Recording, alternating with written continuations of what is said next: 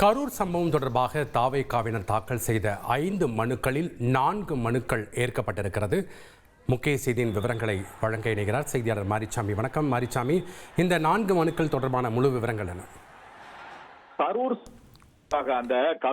கரூரில் 41 பேர் இறந்த விவகாரம் தொடர்பாக மெட்ராஸ் உயர்நீதிமன்ற மதுரை அமர்வில் பல்வேறு நபர்கள் சார்பாக தாவேகா மற்றும் சமூக ஆர்வலர்கள் சார்பில் 5 மனுக்கள் தாக்கல் செய்யப்பட்டது. இன்று காலை முதல் 5 மனுக்கள் தாக்கல் செய்யப்பட்டது. இந்த 5 மனுக்களில் 4 மனுக்கள் ஏற்றுக்கொள்ளப்பட்டிருக்கிறது.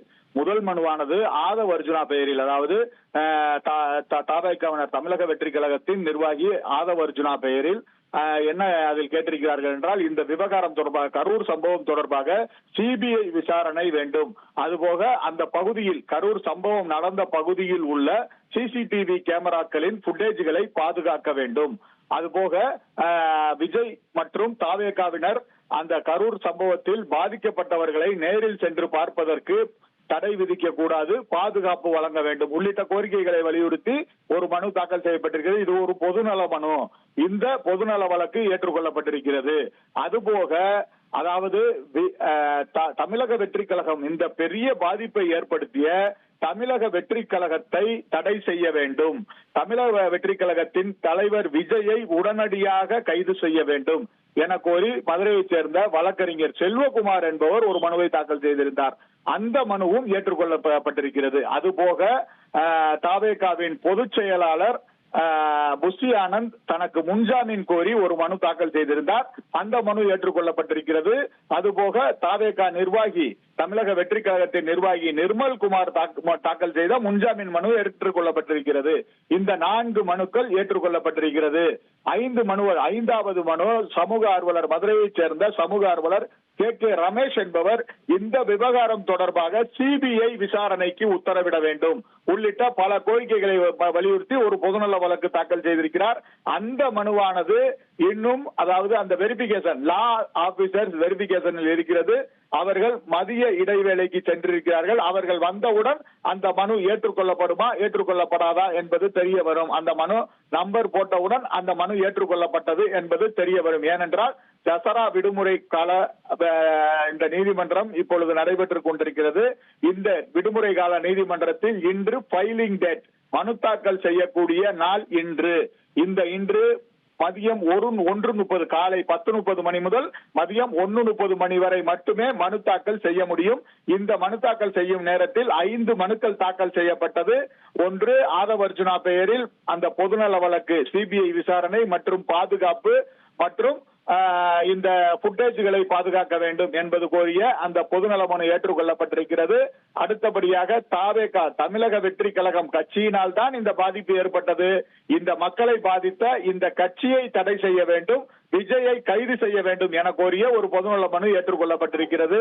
அதுபோக முன்ஜாமீன் கோரி தாவேகாவின் பொதுச் செயலாளர் புஷி ஆனந்த் முன்ஜாமீன் கோரிய மனு ஏற்றுக்கொள்ளப்பட்டிருக்கிறது. தாவேகா நிர்வாகி நிர்மல் குமார் தாக்கல் செய்த முன்ஜாமீன் மனு ஏற்றுக்கொள்ளப்பட்டிருக்கிறது. அதுபோக சிபிஐ விசாரணைக்கு உத்தரவிட வேண்டும் என மதுரையைச் சேர்ந்த சமூக ஆர்வலர் கே ரமேஷ் தாக்கல் செய்த பொதுநல மனுவானது இன்று மதியம் ஏற்றுக்கொள்ளப்படுமா படாதா என்பது தெரிய வரும். மாரிசாமி, உயர்நீதிமன்ற மதுரை கிளையில் தாக்கல் செய்யப்பட்டுள்ள 5 மனுக்கள்ல 4 மனுக்கள் ஏற்கப்பட்டதுன்னு சொன்னீங்க. அதில் குறிப்பாக தாவேகாவுடைய பொதுச் செயலாளர் புஷி ஆனந்த் மற்றும் நிர்மல் குமார் இவர்களுடைய முன்ஜாமீன் மனு ஏற்றுக்கொள்ளப்பட்டது. அப்படின்னா அந்த முன்ஜாமீன் மனுவில் என்னென்ன விஷயங்களை அவங்க குறிப்பிட்டிருக்காங்க? அந்த முன்ஜாமீன் மனுவில் என்னென்ன குறிப்பிட்டிருக்காங்கன்னா, தாவேகாவின் பொதுச் செயலாளர் புஷி ஆனந்த், அது போக அந்த தாவேகாவினுடைய துணை பொதுச் செயலாளர் நிர்மல் குமார், இவங்க 2 பேரும் என்ன கேட்கிறாங்க, இந்த விஷயத்துல நாங்கள் கைது செய்யப்பட்டால் எங்களின் கௌரவம் மிகவும் பாதிக்கும், எங்களின் கௌரவம் பாதிக்கும் நிலை இருக்கிறது, ஆகவே நாங்கள் கைது செய்யப்படக்கூடாது என கேட்டிருக்கிறார்கள். அதுபோக எங்களின் வழக்கமான பணிகள் எல்லாம் முடங்கிவிடும் என்று கேட்டிருக்கிறார்கள். நார்மலா ஒரு முன்ஜாமீன் கேட்கிறவங்க அவங்க அப்படிதான் கேட்பாங்க. அதாவது நாங்க ஒரு A1 கேட்டகரியில இருக்கோம், நாங்க ஒரு டாக்ஸ் பேயர், ஏன்னா நாங்க வரி கட்ட நாட்டிற்கு இந்த இடத்தை விட்டு எங்கேயும் போயிட மாட்டோம், இந்த நாட்டை விட்டு எங்கேயும் போயிட மாட்டோம், இதெல்லாம் நார்மலா போடுறது. அதே மாதிரி போட்டுட்டு நாங்க நாங்கள் கைது செய்யப்பட்டால் எங்களுடைய கௌரவம் பாதிக்கும். நாங்கள் ஒரு நிலையில், ஒரு தகுதியில் இந்த சமுதாயத்தில் இருக்கிறோம். அந்த தகுதியானது எங்களுக்கு பாதிப்பு ஏற்படும், சமுதாயத்தில் கௌரவ பாதிப்பு ஏற்படும் என சொல்லியிருக்கிறார்கள். அதுபோக எங்களின் வழக்கமான பணிகள் முடங்கிவிடும். ஏனென்றால் அவர்கள் கைது செய்யப்படுவார்கள் என்று நாங்கள் அவர் ஏதாவது அப்ஸ்கேண்டிங் ஆக வேண்டிய சூழ்நிலை இருந்தால் எங்களுடைய பணிகள் முடங்கிவிடும் என்பதை தெரிவித்திருக்கிறார்கள். அதுபோக என்ன கேட்டிருக்காங்கன்னா, நாங்கள் ஒரு கௌரவமான குடும்பத்தை சேர்ந்தவர்கள், நாங்கள் கைது செய்யப்பட்டால் அந்த கௌரவம் குறையும், அந்த குடும்ப கௌரவமானது குறையும். இதெல்லாம் நார்மலா போடுறதுதான். இது போக கைது செய்த தங்களுக்கு ஆபத்துகள் ஏற்படும் அப்படின்னு கேட்டிருக்காங்க. அதாவது பாதுகாப்பு, உயிர் பாதுகாப்பு இருக்காது, கைது செஞ்சா எங்களை என்ன பண்ணுவாங்கன்னு தெரியாது, அந்த மாதிரியான பல வழக்குகள் எங்கள் மீது போடப்படும், எங்களுக்கு பாதுகாப்பு கிடையாது என்பதை குறிப்பிட்டிருக்காங்க. இது இந்த அரசியல் இந்த மாதிரி ஆட்கள் குறிப்பிடுறது. அதனால இது இவங்க புதுசா இதை சொல்லியிருக்காங்க. கைது செய்தால் தங்களுக்கு ஆபத்துகள் ஏற்படும் அப்படின்னு சொல்லியிருக்காங்க. அப்புறம் அரசு கூறினது போல நாங்கள் எந்த குற்றமும் செய்யல, காவல்துறை எங்கள் மேல வழக்கு பதிவு செஞ்சது போல நாங்க எந்த குற்றமும் செய்யல, நாங்க குற்றவாளிகள் அல்ல, நாங்கள் நிரபராதிகள் அப்படின்றத எடுத்து வச்சிருக்காங்க. ஆகையால் எங்களுக்கு முன்ஜாமீன் வழங்கணும், இந்த வழக்குல எங்களுக்கு முன்ஜாமீன் வழங்கணும். அது போக நீங்க எந்த நிபந்தனை கொடுத்தாலும் நாங்க ஏத்துக்கிறோம், நீதிபதிகள் கூறும் அனைத்து நிபந்தனைகளையும் ஏத்துக்கிறோம். அப்புறம் நாங்க இந்த நாட்டை விட்டு எங்கேயும் போயிட மாட்டோம், நீங்கள் கூப்பிடும் நேரமெல்லாம் நாங்கள் விசாரணைக்கு ஒத்துழைப்போம், இதெல்லாம் போட்டு இவங்க அந்த முன்ஜாமீன் மனுவுல குறிப்பிட்டிருக்காங்க. குறிப்பா சொல்லணும்னா அந்த எங்களுக்கு கௌரவம் பாதிக்கும் அப்படின்றது, அதுக்கப்புறம் வழக்கமான பணிகள் அப்படி முடங்கி விடும்ன்றதுலாம் இதுதான். இவர்களுக்கு பாதுகாப்பு இல்லை, அதிகமான வழக்குகள் போடப்படும் அப்படின்னு நினைச்சிட்டு எங்களோட இதுக்கு உத்தரவாதம் இல்லை, எங்களுடைய பாதுகாப்பு உத்தரவாதம் கிடையாது அப்படின்றத வெளிப்படுத்தியிருக்காங்க இந்த மனுவுல. நன்றி மாரிச்சாமி. கரூர் விவகாரம் தொடர்பாக உயர்நீதிமன்ற மதுரை கிளையில் தாக்கல் செய்யப்பட்டுள்ள 5 மனுக்களில் 4 மனுக்கள் ஏற்கப்பட்டிருக்கு. குறிப்பாக அதில் தாவேகாவினுடைய பொதுச் செயலாளர் மற்றும் துணை பொதுச் செயலாளர் ஆனந்த் மற்றும் நிர்மல்குமாருடைய முன்ஜாமீன் மனுக்கள் ஏற்கப்பட்டிருக்கிறது. பிற்பகலில் விசாரிக்கப்படுமா இல்லை பின்னர் விசாரிக்கப்படுமா, அதெல்லாம் கொஞ்ச நேரம் கழிச்சு தான் தெரியும்.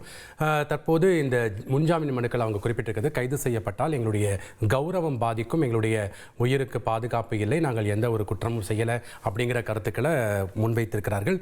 இது தொடர்பாக இந்த மனுக்கள் எல்லாம் பிற்பகலில் விசாரிக்குமா என்ற ஒரு கேள்வி எழுந்திருக்கிறது. இது தொடர்பான முக்கிய செய்தியை நாம் பார்த்தோம்.